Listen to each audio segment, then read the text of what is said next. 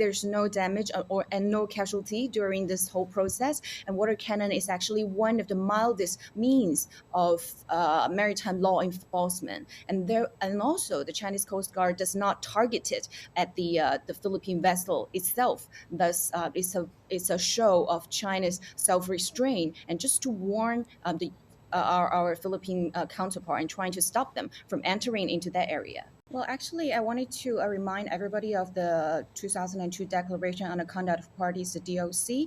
And what is important is that the DOC, Article 5 of the DOC, which says the parties undertake must exercise self-restraint in the conduct of activities that will complicate or escalate disputes. And thus, we think that all of the South China Sea claimant states should really exercise self-restraint and trying to not to change the status quo before we reach the final settlement of the dispute. Some in the Philippines based their claim to the islands on the grounds that the reef is very close to the Philippines, and that the so-called tribunal in The Hague in 2016 kind of awarded the reef not to China.